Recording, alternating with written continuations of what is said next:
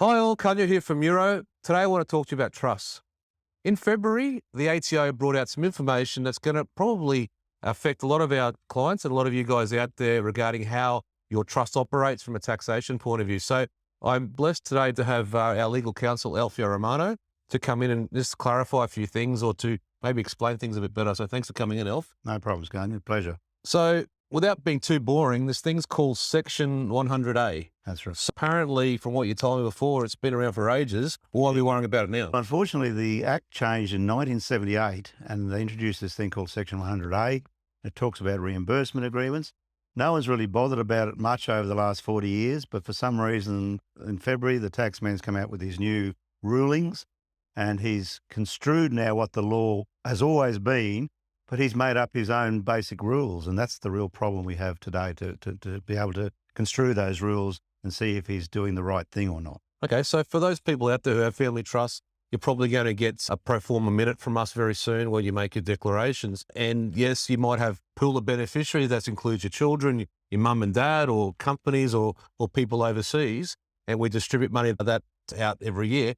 How would this new, let's say, viewpoint from the tax office or the Commission of Taxation potentially going to affect what our trustees might have to do this year? The first thing to know is that this legislation does not affect children beneficiaries.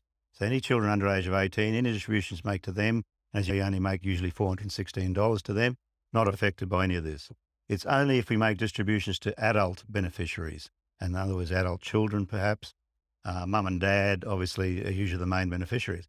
The problem is that this legislation is now being construed by the tax office to say that if the distribution is made to an adult beneficiary and there is some suggestion of what's called a reimbursement back to the trust so that they don't actually really receive the money, then the taxman's going to hit it on the head under their new rules and charge penalty rates of tax. So it's a very important issue that everyone has to really address. So if I'm understanding what you're saying, trustee, and it could be mum or dad in a company or trust, or directors of a trustee company, let's say, have a profit of say $200,000 for the year, and they decide to distribute $100,000 of that to their 18-year-old son who happens to go to university, has no other income, but they don't actually pay it to that person. Is that going to be caught?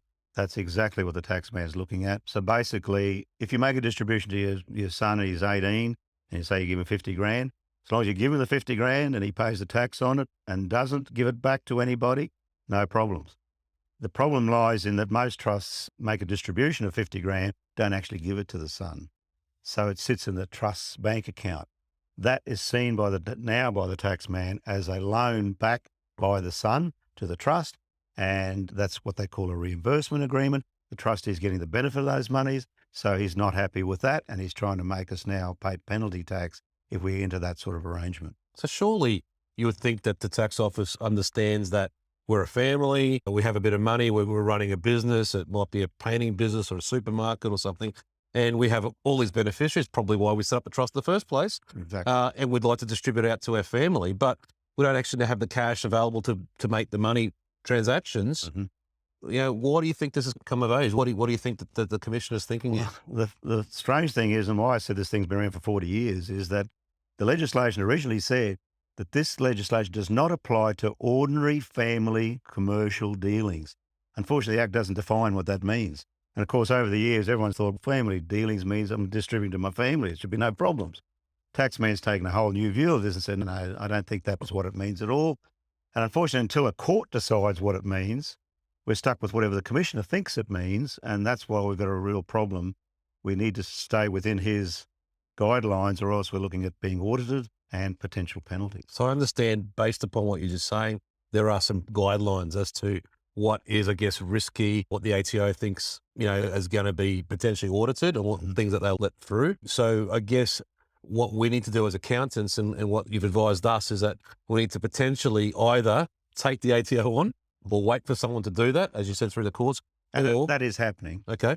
Or go through these parameters or guidelines and have a look at how we should look at providing advice to our clients, but also our trustees, who ultimately are the people making the present titles, exactly where they should go. So I guess how that will affect us in our practice is that you may have ideas of doing these distributions to adult children or parents or people who aren't necessarily the Grandparents, that's the people who are running the business, that may affect you for tax. So we probably need to look at erring on the side of caution. But we have Alfio here as our legal counsel, and we are going to piggyback off him with certain arrangements that you guys might want us to look at to get an educated opinion on where we're at with the ATO. So watch this space. You'll be getting heaps more information about this, but we've purposely gone and dived in as much as we can to give you the best advice possible.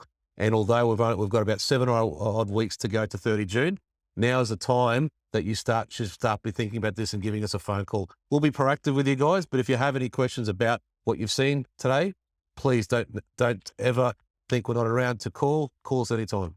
Thank you.